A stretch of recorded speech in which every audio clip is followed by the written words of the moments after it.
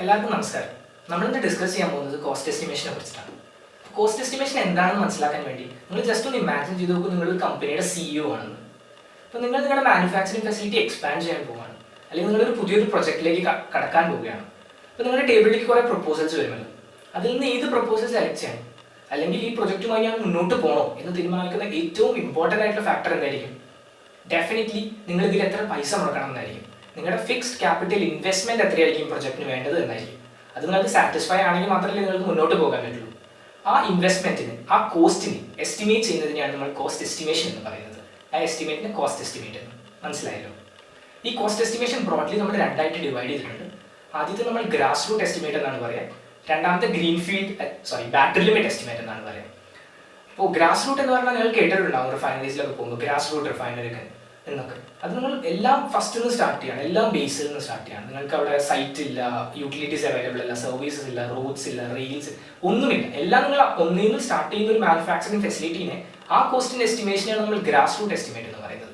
Second, battery limit estimate. Battery limit estimate എന്ന് പറഞ്ഞാൽ നിങ്ങൾക്ക് എല്ലാം, ആ ബാറ്ററി ലിമിറ്റ് എന്ന് പറഞ്ഞാൽ ഇമാജിനറി ബൗണ്ടറിയുടെ ഔട്ട്സൈഡിൽ നിങ്ങൾക്ക് എല്ലാം അവൈലബിൾ ആണ്. യൂട്ടിലിറ്റീസ്, സർവീസസ്, ബിൽഡിങ്സിനുള്ള ഫെസിലിറ്റീസ് എല്ലാം നിങ്ങൾക്ക് അവൈലബിൾ ആണ്. നിങ്ങൾ നിങ്ങളുടെ ആ ഇമാജിനറി ബൗണ്ടറിയുടെ ഉള്ളിലുള്ള കാര്യങ്ങൾ മാത്രം നിങ്ങൾ ചിന്തിച്ചാൽ മതി. അങ്ങനത്തെ ഒരു എസ്റ്റിമേറ്റിനെയാണ് നമ്മൾ ബാറ്ററി ലിമിറ്റ് എസ്റ്റിമേറ്റ് എന്ന് പറയുന്നത്. ഓക്കെ, മനസ്സിലായല്ലോ. ഇനി ഞാനൊന്ന് ചോദിച്ചോട്ടെ, നിങ്ങളുടെ ഈ എസ്റ്റിമേറ്റ് നിങ്ങളുടെ ഫ്രണ്ടിലേക്ക് കൊണ്ടുവരുന്ന ഈ കോസ്റ്റ് എസ്റ്റിമേറ്റ് വാല്യൂ ഒരു എക്സാക്ട് ഫിഗർ ആയിരിക്കും, അതൊരു റേഞ്ച് ആയിരിക്കും? ഡെഫിനറ്റ്ലി ഒരു റേഞ്ച് ആയിരിക്കും. ആ റേഞ്ചിന്റെ ആക്യുറസിനെയാണ് നമ്മൾ ക്വാളിറ്റി ഓഫ് ദി എസ്റ്റിമേറ്റ് എന്ന് പറയുന്നത്. ആ ക്വാളിറ്റി സംബന്ധിച്ച് നമ്മൾ ഈ എസ്റ്റിമേറ്റ്സിനെ 5 ആയിട്ട് ഡിവൈഡ് ചെയ്തിട്ടുണ്ട്. ഓക്കെ, ആദ്യത്തെ നമ്മൾ ഓർഡർ ഓഫ് മാഗ്നിറ്റ്യൂഡ് എസ്റ്റിമേറ്റ് എന്നാണ്. Second, study estimate. Third is preliminary estimate. Fourth is definitive estimate. Fifth is detailed estimate. ഈ 5 നമ്മൾ വിശദമായിട്ട് തന്നെ പഠിക്കേണ്ടതുണ്ട്. ഇത് ആക്ച്വലി നിങ്ങളുടെ സ്റ്റേജസ് ഓഫ് എസ്റ്റിമേറ്റ് ആണ്. നിങ്ങൾ പ്രൊജക്റ്റുമായി മുന്നോട്ട് പോകുമ്പോൾ ഉണ്ടാകുന്ന ഓരോ എസ്റ്റിമേറ്റിന്റെ ഓർഡർ ആണിത്. ഇതിങ്ങനെ തന്നെ പഠിക്കേണ്ടതുണ്ട്. ആദ്യത്തെ നമ്മൾ ഓർഡർ ഓഫ് മാഗ്നിറ്റ്യൂഡ് എന്ന് പറഞ്ഞാൽ നമ്മൾ ഏർലി സ്റ്റേജ് ഓഫ് ദ പ്രൊജക്റ്റിൽ നമ്മൾ ഉണ്ടാക്കുന്ന ഒരു എസ്റ്റിമേറ്റ് ആണ്. അത് വളരെ മിനിമം ഇൻഫർമേഷൻ വെച്ച് ഉണ്ടാക്കുന്ന ഒരു എസ്റ്റിമേറ്റ് ആണ്. പക്ഷേ അവസാനത്തെ നമ്മൾ ഡീറ്റെയിൽ എസ്റ്റിമേറ്റ് എന്ന് പറഞ്ഞാൽ വളരെ കോംപ്ലക്സ് ആയിട്ടുള്ള ഒരു എസ്റ്റിമേറ്റ് ആണ്. അത് കറക്റ്റ് നമ്മൾ കുറേ ഇൻഫർമേഷൻസ് നമ്മൾ യൂസ് ചെയ്തിട്ട് ഉണ്ടാക്കുന്ന ഒരു എസ്റ്റിമേറ്റ് ആണ്. അതിന്റെ ആക്യുറസി അതുപോലെ തന്നെ കൂടുതലായിരിക്കും. അപ്പോൾ നമുക്ക് ഓരോന്നായിട്ട് പഠിക്കാം. Order of magnitude estimate. നിങ്ങൾ ചില ബുക്സിൽ നിന്ന് rough order of magnitude ROM എന്നും പറഞ്ഞിട്ട് ഈ എസ്റ്റിമേറ്റിനെ പറയാറുണ്ട്. ഇതെന്ന് പറഞ്ഞാൽ നമ്മുടെ പ്രൊജക്റ്റിന്റെ ഏർലി സ്റ്റേജിൽ വളരെ ബേസിക് ആയിട്ട് ഉണ്ടാക്കുന്ന ഒരു എസ്റ്റിമേറ്റ് ആണ്. വളരെ മിനിമം ഇൻഫർമേഷൻ മാത്രമേ ഈ എസ്റ്റിമേറ്റിന് ആവശ്യമുള്ളൂ. ഇതിനാകെ വേണ്ടത് പ്രൊജക്ട് സ്കോപ്പ് ആണ്. എന്താണ് പ്രൊജക്ട് സ്കോപ്പ് എന്ന് നിങ്ങൾക്ക് കുറച്ച് പേർക്കെങ്കിലും അറിയുന്നുണ്ടാവും. പ്രൊജക്ട് സ്കോപ്പ് എന്ന് വെച്ചാൽ നമ്മളൊരു മാനുഫാക്ചറിംഗ് ഫെസിലിറ്റി സ്റ്റാർട്ട് ചെയ്യാൻ പോകുമ്പോൾ നിങ്ങൾ എന്ത് പ്രൊഡക്റ്റാണ് ഉണ്ടാക്കാൻ പോകുന്നത്, നിങ്ങൾ എന്ത് കപ്പാസിറ്റിയിലാണ് ഇത് ഉണ്ടാക്കാൻ പോകുന്നത്, നിങ്ങൾക്ക് എന്തൊക്കെ യൂട്ടിലിറ്റീസ് വേണം, നിങ്ങൾക്ക് ഇത് സ്റ്റോറേജ് ഫെസിലിറ്റീസ് എന്തൊക്കെ വേണം, ബിൽഡിങ്സ് എന്തൊക്കെ വേണം, അങ്ങനെ ബേസിക് ആയിട്ടുള്ള കാര്യങ്ങൾ നിങ്ങൾ സെറ്റ് ചെയ്യുന്നതിനാണ് നമ്മൾ പ്രൊജക്ട് സ്കോപ്പ് എന്ന് പറയുന്നത്. ഓക്കെ, ആ പ്രൊജക്ട് സ്കോപ്പ് മാത്രം ഉപയോഗിച്ച് വളരെ ബേസിക് ആയിട്ടുള്ള മിനിമം ഇൻഫർമേഷൻ വെച്ച് നിങ്ങൾ നിങ്ങളുടെ പ്രൊജക്റ്റിന്റെ ഏർലി സ്റ്റേജിൽ ഉണ്ടാക്കുന്ന ഒരു എസ്റ്റിമേറ്റിനെയാണ് ഓർഡർ ഓഫ് മാഗ്നിറ്റ്യൂഡ് അല്ലെങ്കിൽ rough order of magnitude estimate എന്ന് പറയുന്നത്. ഈ മിനിമം ഇൻഫർമേഷൻ വെച്ച് ഉണ്ടാക്കുന്ന ഒരു എസ്റ്റിമേറ്റ് ആയതുകൊണ്ട് തന്നെ ഇതിന്റെ ആക്യുറസിയും വളരെ കുറവാണ്. -30 to 50% ആണ് ഇതിന്റെ ആക്യുറസി. -30 to 50% ആക്യുറസി എന്ന് വെച്ചാൽ എന്താണ്? നിങ്ങൾ 100 മില്യൺസ് ആണ് ഇതിന്റെ ഓർഡർ ഓഫ് മാഗ്നിറ്റ്യൂഡ് എസ്റ്റിമേറ്റ് എന്ന് പറഞ്ഞാൽ അപ്പോൾ നിങ്ങൾക്ക് മനസ്സിലാവും 70ക്കും 150ക്കും ഇടയിലുള്ള ഒരു വാല്യൂ ആയിരിക്കും അത് വരിക. അതാണ് ആക്യുറസി -30 to 50 എന്ന് വെച്ചാൽ. നിങ്ങൾക്ക് മനസ്സിലായല്ലോ, വളരെ ബേസിക് ആയിട്ടുള്ള ഒന്ന് തന്നെയാണ്. ഈ എസ്റ്റിമേറ്റ് എന്തിനാണ് ഉപയോഗിക്കുന്നത്? ഇത് വളരെ ബേസിക് ആയിട്ടുള്ള സ്ക്രീനിങ് പ്രോസസ്സിന് കുറേ പ്രൊജക്ട്സ് ഉണ്ട്, അതിൽ നിന്ന് ഏത് പ്രൊജക്ട് സെലക്ട് ചെയ്യണം, അല്ലെങ്കിൽ കുറേ ടെക്നോളജീസ് ഉണ്ട് നിങ്ങളിൽ, അതിൽ നിന്ന് ഏത് സെലക്ട് ചെയ്യണം, ഏത് പ്രോസസ്സിംഗ് മെത്തേഡ് സെലക്ട് ചെയ്യണം, അങ്ങനെ ബേസിക് ആയിട്ടുള്ള സ്ക്രീനിങ്ങിനും നിങ്ങൾക്ക് rough idea of business plan ഉണ്ടാക്കാനുമാണ് ഈ എസ്റ്റിമേറ്റ് യൂസ് ചെയ്യുന്നത്. ഓർഡർ ഓഫ് മാഗ്നിറ്റ്യൂഡ് എസ്റ്റിമേറ്റിൽ ഇമ്പോർട്ടൻ്റ് ആയിട്ട് 2 മെത്തേഡ്സ് ആണ് ഉള്ളത്. ഒന്ന് turnover ratio method, 2 7/10 factor method. അപ്പോൾ ആദ്യത്തേക്ക് നമുക്ക് ആദ്യം പോവാം. Turnover ratio method. Turnover ratio എന്താണ് കാണിക്കുന്നത്?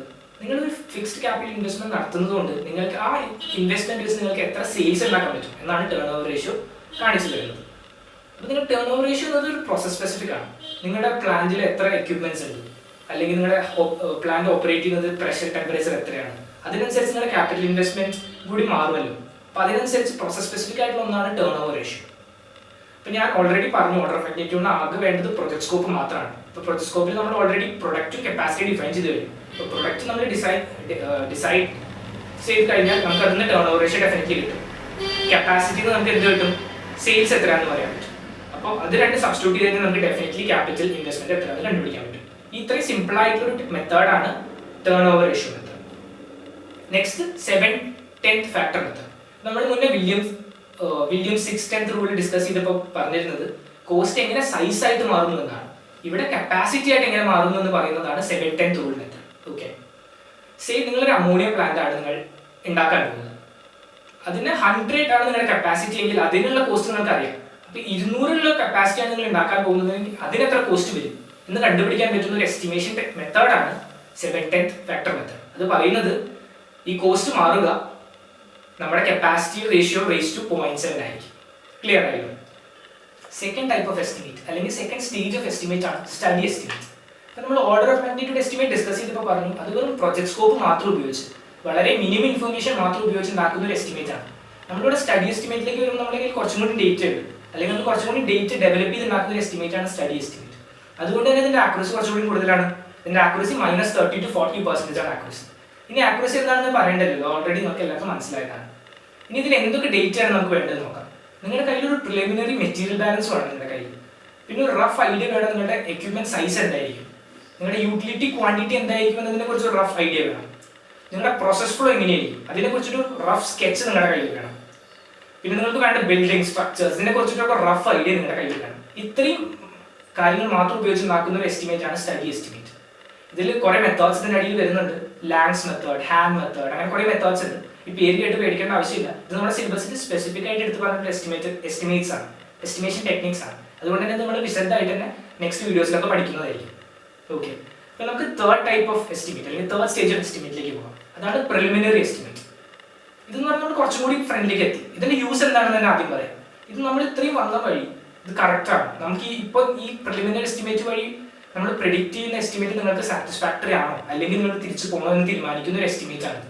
കുറെ പ്രോസസ്സുകൾ സ്ക്രീൻ ചെയ്യാനും നിങ്ങൾ ഉപയോഗിച്ച ടെക്നോളജി കറക്റ്റ് ആണോ, വേറെ ടെക്നോളജിയിലേക്ക് സ്വിച്ച് ചെയ്യണോ എന്നൊക്കെ നിങ്ങൾ എസ്റ്റിമേറ്റ് ചെയ്യാൻ അല്ലെങ്കിൽ കാൽക്കുലേറ്റ് ചെയ്യാൻ യൂസ് ചെയ്യുന്ന ഒരു എസ്റ്റിമേറ്റ് ആണ് പ്രിലിമിനറി എസ്റ്റിമേറ്റ്.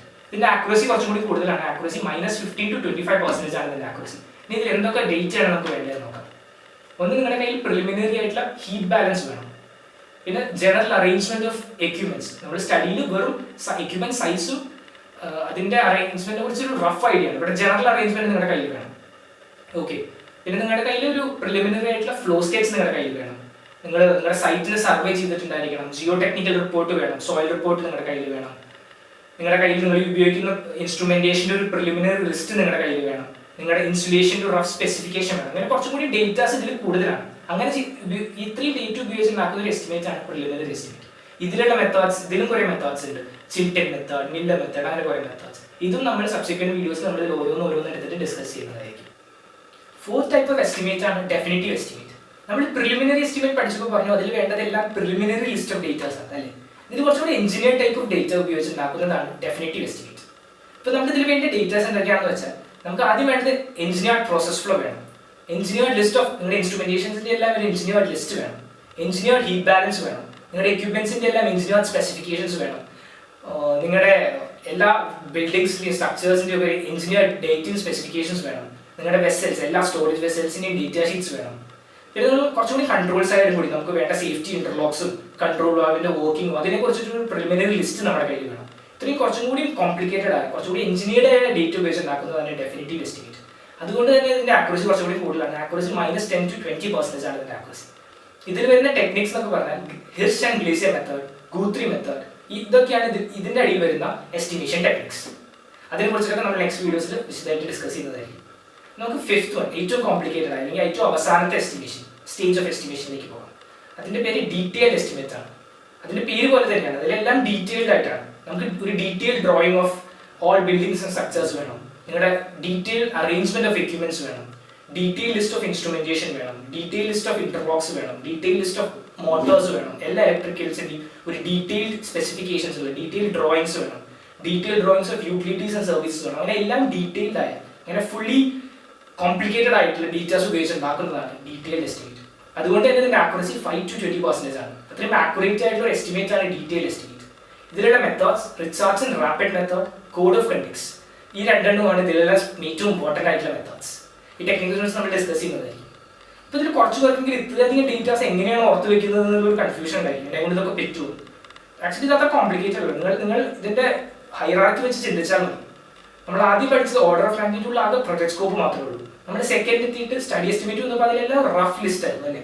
നമ്മൾ തേർഡ് പ്രിലിമിനറി എത്തിയപ്പോൾ എല്ലാം പ്രിലിമിനറി ലിസ്റ്റ് ഓഫ് ആയിരുന്നു, പ്രിലിമിനറി സ്പെസിഫിക്കേഷൻസ് ആയിരുന്നു.